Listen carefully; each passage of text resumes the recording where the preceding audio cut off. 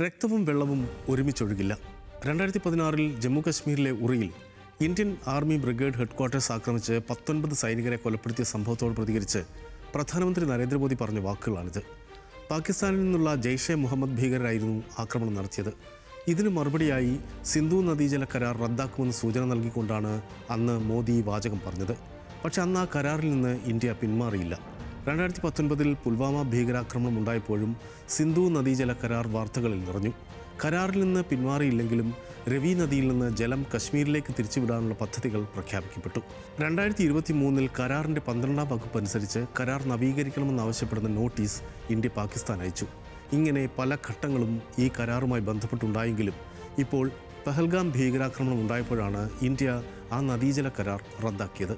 പക്ഷേ കരാറിൽ നിന്ന് പിന്മാറിയാലും ഇന്ത്യക്ക് പാകിസ്ഥാനിലേക്ക് ഒഴുകുന്ന ജലം തടയാൻ കഴിയുമോ? എത്ര വേഗത്തിൽ ഇന്ത്യക്കത് ചെയ്യാനാകും? ഈ ചോദ്യത്തിൻ്റെ ഉത്തരത്തിലേക്ക് കടക്കാൻ സിന്ധു ജലകരാർ എന്താണെന്ന് അറിയേണ്ടതുണ്ട്. അതിൻ്റെ ഭൂമിശാസ്ത്രപരവും രാഷ്ട്രീയവുമായ പ്രാധാന്യം അറിയേണ്ടതുണ്ട്.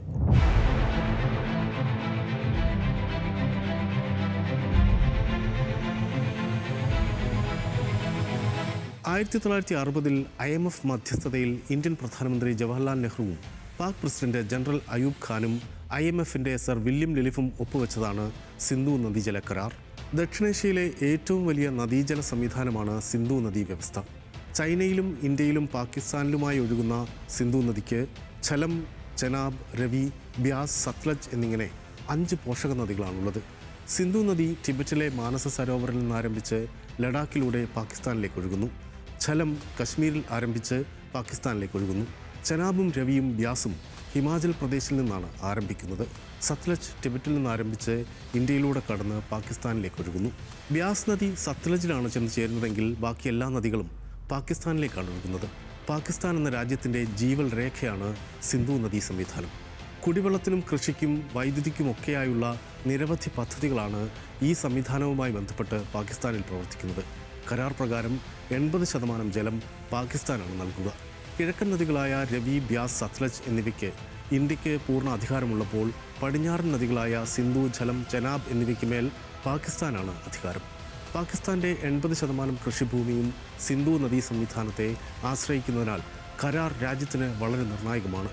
ലാഹോർ, കറാച്ചി, മുൾട്ടാൻ പോലെയുള്ള വൻ നഗരങ്ങൾ വെള്ളത്തിനായി ആശ്രയിക്കുന്നതും ഈ സംവിധാനത്തെയാണ്. രാജ്യത്തെ നിരവധി ജലവൈദ്യുത പദ്ധതികളും ഈ സംവിധാനത്തിലാണ് നിലകൊള്ളുന്നതും.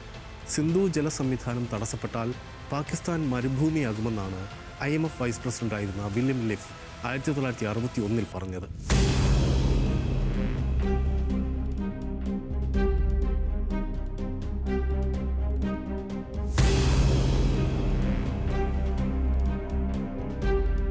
കോടിക്കണക്കിന് ക്യൂബിക് മീറ്റർ ജലം തടഞ്ഞുവെക്കാൻ നീരൊഴുക്ക് ശക്തമായ കാലത്ത് ഇന്ത്യക്ക് കഴിയില്ല. വെള്ളം ശേഖരിച്ചു വെക്കാൻ കഴിയുന്ന ഭീമൻ ജലശേഖരണികളോ ഇത്രയും ജലം തിരിച്ചുവിടാൻ കഴിയുന്ന വ്യാപക കനാൽ സംവിധാനങ്ങളോ ഇന്ത്യക്കില്ല. അനുവദിക്കപ്പെട്ട 20% ജലം മുഴുവനായി ഉപയോഗിക്കാൻ കഴിയുന്ന തരത്തിലുള്ള സൗകര്യങ്ങളും ഇന്ത്യക്കില്ല എന്നാണ് വിദഗ്ധർ പറയുന്നത്. 2016 ഭീകരാക്രമണ ശേഷം ജലസംഭരണികളും ഡാമുകളും അതിവേഗം നിർമ്മിക്കുമെന്ന് ഇന്ത്യ പ്രഖ്യാപിച്ചിരുന്നെങ്കിലും അത്തരം പദ്ധതികളുടെ തൽസ്ഥിതിയെക്കുറിച്ച് വിവരങ്ങളൊന്നുമില്ല. ജലത്തിൻ്റെ ഒഴുക്ക് നിയന്ത്രിക്കാൻ ഇന്ത്യക്ക് സാധിച്ചാൽ വേനൽക്കാലത്ത് പാകിസ്ഥാനെ പ്രതിസന്ധിയിലാക്കാൻ കഴിയും. ഇന്ത്യക്ക് ചെയ്യാനാവുന്ന മറ്റൊരു കാര്യം പ്രളയ മുന്നറിയിപ്പ് വിവരങ്ങൾ പാകിസ്ഥാന് കൈമാറാതിരിക്കാനാവുമെന്നതാണെന്ന് ഇൻഡസ് ജലകരാർ കമ്മീഷണർ പ്രദീപ് സക്സേന പറഞ്ഞിരുന്നു. ജൂൺ മുതൽ സെപ്റ്റംബർ വരെയുള്ള മൺസൂൺ കാലത്ത് വിനാശകരമായ പ്രളയങ്ങൾക്ക് സാധ്യതയുള്ള മേഖലയാണത്.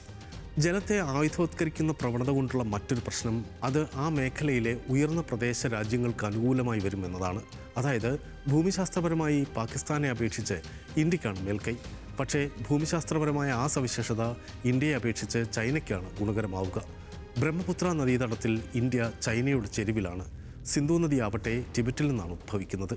2016 രക്തവും വെള്ളവും ഒരുമിച്ചൊഴുകില്ലെന്ന വാചകത്തോടെ മോദി സിന്ധു നദീജല കരാറിൽ നിന്ന് പിന്മാറുമെന്ന് മുന്നറിയിപ്പ് നൽകിയതിന് പിന്നാലെ സംഭവിച്ചത് ചൈന അവർക്ക് യാർലുങ് സാങ്പോയും ഇന്ത്യക്ക് ബ്രഹ്മപുത്രയുമായ നദിയുടെ പോഷക നദി അടച്ച് ജലവൈദ്യുതി പദ്ധതി നടപ്പിലാക്കിയെന്നതാണ്. ജലബോംബെന്നാണ് ഈ സാഹചര്യത്തെ വിശേഷിപ്പിക്കുക. ഇന്ത്യക്കും പാകിസ്ഥാനും ചൈനയ്ക്കുമിടയിലെ ഈ ജലബോംബ് ദൂരവ്യാപക പ്രത്യാഘാതങ്ങൾ ഉയർത്തുന്നതാണെന്ന് വ്യക്തം.